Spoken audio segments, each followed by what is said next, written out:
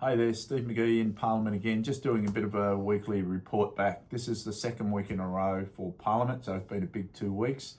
A lot of legislation passed last week, and we're just about to go back into the chamber at 10 to 5 to vote on the bills that have been debated this week. I think there were another 4 bills.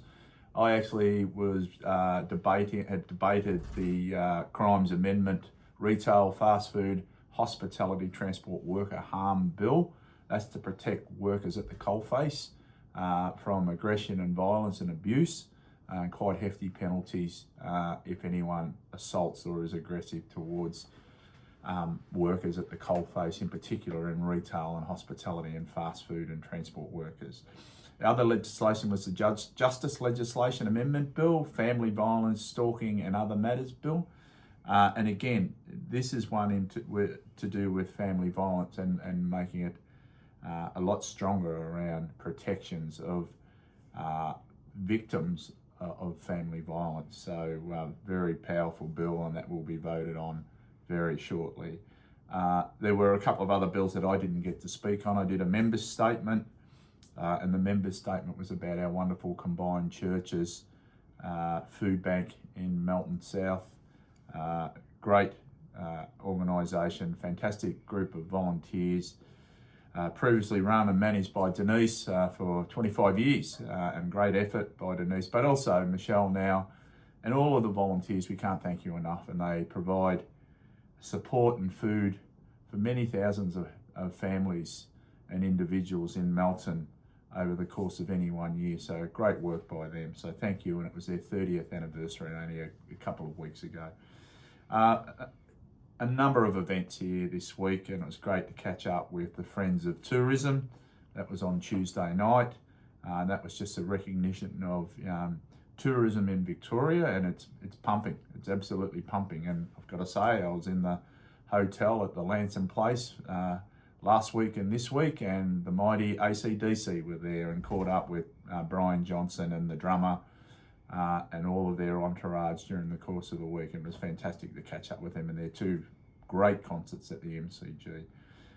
The other one is Vision 2020. The guide dogs were here, Australian College of Optometry, and they had brought in some beautiful guide dogs and caught up with them.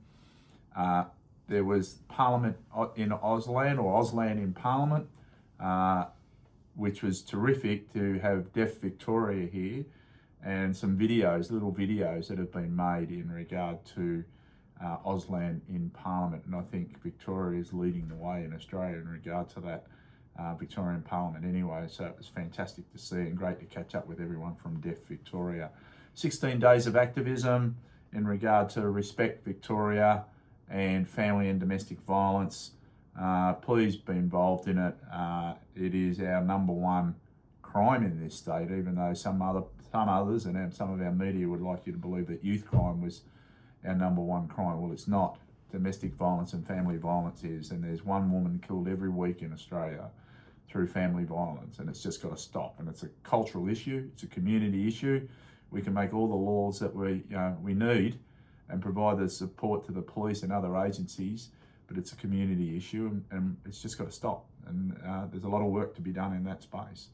Had lunch with many of our colleagues on, I think it was Wednesday, where we met up with the High Commissioner of Pakistan, Irfan Shaukat, and the Consul General here in Victoria, Wajid Hassan Hashmi. And we've caught up with Wajid many times, but it was great to have the High Commissioner down here and talk about Pakistan-Victoria relationships, business, immigration, international students, whole range of things. And it was fantastic to have them both here in Parliament House during a lunch only yesterday, I think it was. TAFE Teachers Celebration, and again, the enormous job that TAFE teachers do, and having free TAFE in this state for many courses has really helped a lot of people go on and do further education and get other qualifications that can assist them during their course of their life, whether that be for work or other things that they need those qualifications for. And it's great to have the TAFE teachers here and celebrate with them. Really good thing. Today, a brilliant thing this morning, the Speaker, Marie Edwards, conducted a breakfast for Live for Life. And again, a great organisation and agency, a charity that educates and trains, I'll call them kids, but kids of ages, even from primary school age through to teenage, in regard to mental health issues, supporting their peers and their friends, preventing youth suicide. Fantastic organisation. They do it on a shoestring budget. The government supports them. They are looking for some more financial support from government. We keep our fingers crossed, but they do an amazing job. And they've helped and supported, I think, in excess of 33,000 young people, Victorians, of school age, in recognising, dealing with, supporting, teaching, mental first aid, supporting each other, and it's a great organisation. And to Bernard Galbelli, who's been the lead person for Live for Life, he's done a remarkable job. He's got a great team, and I think he's standing down as the CEO. And I don't know if he's going off to retire, but similar to myself.